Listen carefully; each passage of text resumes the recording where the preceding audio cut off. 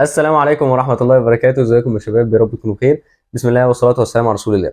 في الفيديو ده هنتكلم عن 5 حاجات بيعملهم الطالب في المراجعة النهائية، الطالب الشاطر والمجتهد ظنا منه ان دي حاجة هتطور في مستواه وهتعليه، بس هي فعلا حاجات هتديك ورا الشمس. واخر حاجة فيهم اللي هي رقم 5 هي حرفيا سر من اسرار اوائل الجمهورية. فاتفرج معانا كده على الفيديو لحد الاخر وما تكسلش، واشترك في القناه عشان ايه؟ هتشوف حاجات جامده قوي الفتره الجايه، خصوصا فتره يعني ان احنا خلاص داخلين في فتره المراجعه، فهنشوف حاجات كويسه باذن الله ونصائح كويسه. طيب صلى على النبي عليه الصلاه والسلام. ايه هي اول حاجه فيهم؟ اول حاجه ان انت بتروح تاخد عند كذا مدرس، ودي بلاقيها طلبه كتير بيعملوها. ليه بياخد مع مدرس ومدرس تاني؟ بياخد مع مدرسين ليه؟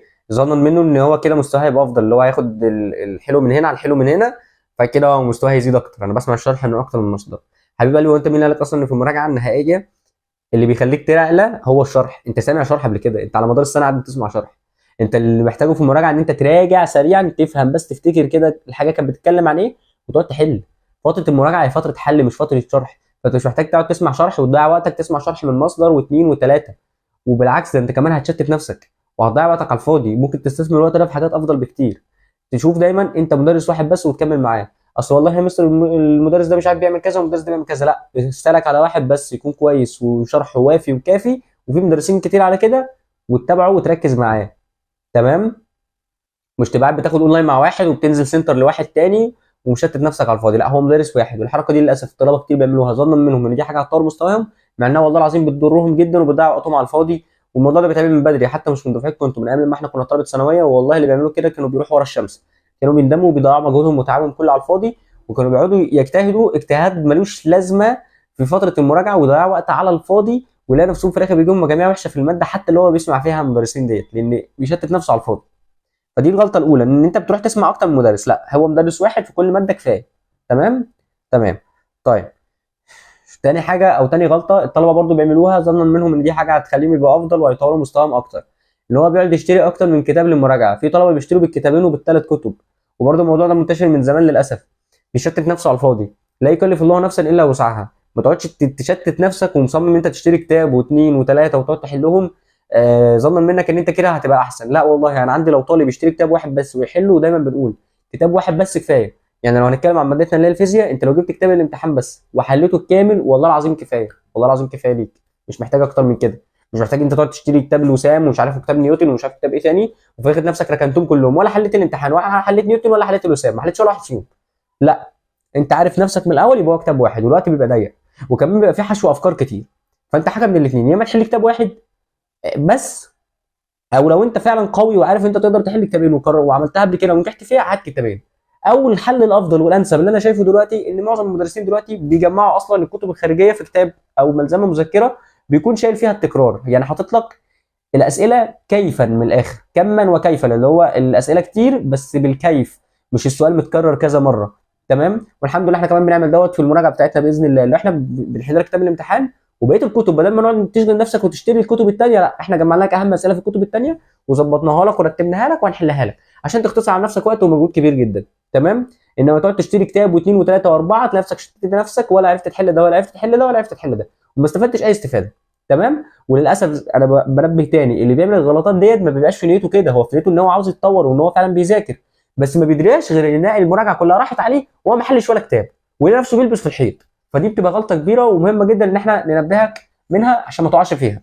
طيب، دي كانت الغلطه رقم اثنين. الغلطه رقم 3، موضوع الضمير، انا بسميه الضمير العكسي، اللي هو الضمير اللي بيشتغل في الحاجه الغلط. يعني مثلا انت دلوقتي احنا في فتره مراجعه، مدرس منزلك مثلا الفصل الاول مراجعه، انا مثلا وليكن انا منزل لك مراجعه الفصل الاول فيزياء 4 ساعات مثلا.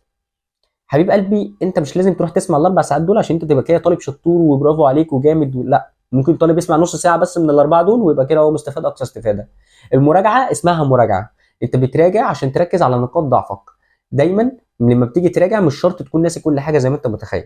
يعني على سبيل المثال، ابسط مثال على الموضوع ده، انا من قريب كنت في رمضان، كنت بقالي كتير جدا ما رجعتش على الحفظ بتاعي في القران، ربع القران من الاول ما كنتش رجعت عليه، اللي هو من اول البقره كده لحد نهايه المائده، تمام، او بدايه الانعام، كنتش رجعت عليه خالص. تمام. فلدرجه حتى ان كان في مسابقه قران كريم زمان دخلوها، انا كل سنه بدخلها معاهم ما دخلتهاش، بسبب ان أنا طبعا مش مراجع بقى، حاطط في دماغي ان انا ناسي خالص وكده. لما جيت اراجع وحطيت نفسي قدام الامر الواقع، قعدت اراجع مع نفسي، خلصت سوره البقره، ال عمران، النساء، والثلاث ارباع المائده تقريبا، الا ربع في الاخر او ربعين ما كنتش بتلخبط فيهم، يعني قريت ده كله من غير ما اتلخبط، سمعته على غايب. والمائده بس اخر ربعين اللي كنت متلخبط، قعدت كده نص ساعه عرفت استرجعهم تاني وظبطتهم. فالشاهد من الكلام ايه؟ ان انا كنت متخيل ان انا ناسي ربع القران، مع ان انا كنت ناسي ربعين في اخر ربع القران. تمام. نفس النظام انت الفصل الاول لما بيجي انت حاطط في دماغك، مثلا بدي مثال على الفصل الاول، يا نهار اسود انا ناسي الفصل الاول كله ليه؟ مثلا عشان انا سالتك سؤال، ممكن واحد سالك سؤال او انا قلت كلمه يتهيأ لك بيها عشان انت ما افتكرتش الكلمه ديت ان انت ناسي الفصل كله، مع انك فعليا لا، انت مش ناسي الفصل كله، انت ناسي الكلمه دي بس. فلما تيجي تراجع مش لازم، يعني دي افضل طريقه من وجهه نظري. لما يجي اي مدرس ينزل، قبل ما تفتح الفيديو بتاع المدرس تمسك انت الحاجه ديت بالقلم كده، تقعد عليها نص ساعه او ساعه قراءه، هتلاقي نفسك بتفتكرها كلها والله العظيم، ما عدا حاجتين ثلاثه اربعه كده بالعدد اللي نسيتهم، بالنوت بتاعتك والقلم. انا ناسي مثلا والله في الفصل الاول مثلا كيرشوف الثاني نسيت مساله بتتحل ازاي، اسئله الفولتميتر نسيت بتتحل ازاي، المسائل بتاعت للدايره المغلقه نسيت اللي هي توصيل الامين والعكسي نسيت بتتحل ازاي. بقيت اللي فات كله انا عارفه، وعارف التوالي والتوازي وبعرف احل عليه وكل حاجه. يبقى انا هفتح فيديو المراجعه الاربع ساعات مش هتفرج عليه كله عشان ما اضيعش وقتي، لا انا هتفرج على الجزئيه اللي مستر بيشرح فيها للدايره المغلقه وكيرشوف الثاني، فانا وفرت على نفسي وقت كبير، ممكن الحته دي تعمل لها ساعه في الفيديو مثلا، او تعمل لها ساعه ونص، فانا وفرت على نفسي وقت كبير جدا.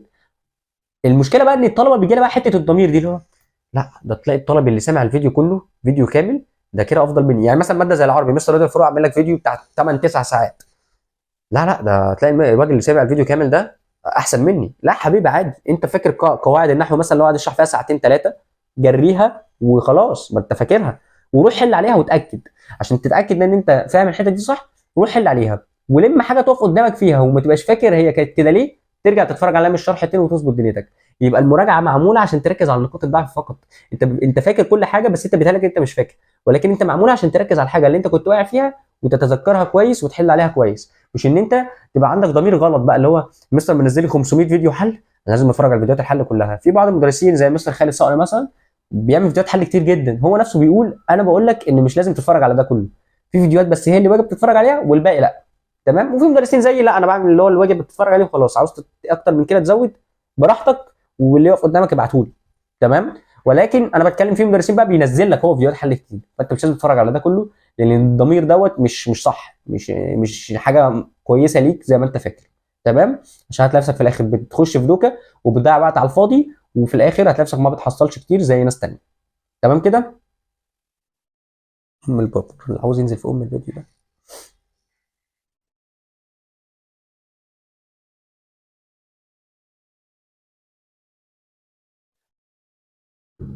انا مش عارف مناخيري بتشر كده ليه، هاتي مناديل.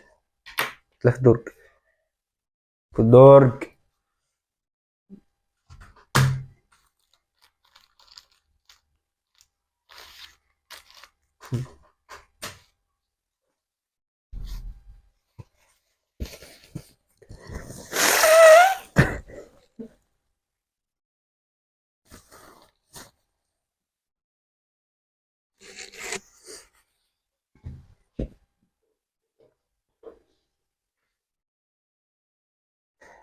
الغلطه اللي بعد كده، ودي برضو بحسها شبه اللي فوق شويه، اللي هو موضوع الضمير الغلط دوت، يعني مشكله الطلبه ان هي فاهمه الموضوع غلط. حته النوم، الطالب دايما يتفرج مثلا، شاف عيل اول جمهوريه مثلا قال لك ايه، انا في الفتره الاخيره كنت بنام اقل من الفترات التانيه. حبيب قلبي، اول الجمهوريه لما بيقول لك ان في الفتره الاخيره بنام اقل من الفترات اللي كانت في اول السنه، هو ده مش حاجه هو كان قاصد يعملها، لا هو من كتر ما هو مشغول فكان النوم بيقل شويه، ودي بتحصل لنا غصب عننا. ولكن هل انا واجب عليا ان انا انام قليل؟ في ناس كده بطبيعتها وانا منهم على فكره، لو انا مش نايم كويس مستحيل اقدر ادي. مشكلتي ان انا كنت واهم نفسي كده وانا قدك، اللي هو انا مصمم ان انا انام 6 ساعات، مع ان انا ما اقدرش، انا جسمي كده ربنا خلاني بنام 8 ساعات، ما ينفعش انام 6، انا ما بستريحش في 6، لازم انام 8. يقول ازاي ده انا كده بنام كتير، ده انا كده بضيع وقت، انا كده مش هبقى زي الطلبه، وده كان غلط. لا حبيبي، نام كويس، مفيش حاجه المفترض تيجي على نومك، والله حتى في ليله الامتحان نام كويس ونام براحتك. ان احنا فاكرين غلط، يعني الساعتين اللي انت هتوفرهم من النوم دولت لما تحطهم في المذاكره مش هيدوك مذاكره بكفاءه عاليه، فمش هتستفاد منهم حاجه. لا، نام 8 ساعات احسن، وذاكر ساعتين اقل زي ما انت بتعمل زي ما انا بقول لك كده، وهتلاقي نفسك بتطلع مذاكره بكفاءه احسن بكتير، هتلاقي نفسك ذاكره كويسه جدا في الحفظ، وعارف تسترجع المعلومات كويس جدا وتبقى مركز، عارف تفهم المعلومات الجديده اللي المدرسين هيربطوها لك ويدخلها لك كويس جدا، عارف تحل كويس جدا لو انت قاعد بتحل، عشان الفتره دي مهمه جدا في الحل. طول ما انت فايق هتلاقي نفسك بتحل كويس، لان الحل اساسه التركيز، بجانب ان انت تكون عارف المعلومه لازم تكون مركز. ده كله مش هيبقى متوفر عندك لو انت مش نايم كويس. فما تضغطش على نفسك، مالكش دعوه بحد. يا عم في واحد بيعرف ينام 5 6 ساعات ويكفي ويبقى فايق وزي الفل ومستواه حلو، انت ممكن ما تبقاش زيه، فمالكش دعوه بحد. هو 8 ساعات نوم تمام. ومش معنى كلامي ده انت تنام لي بال 10 ساعات، ده غلط برضه. المفترض 8 ساعات، ولا تزيد ولا تقل. لو قلت تقل ساعه ساعتين بالكتير لو انت تقدر تعمل كده، انما انا ما بفضلش انت تقل، هم 8 ساعات مظبوطين.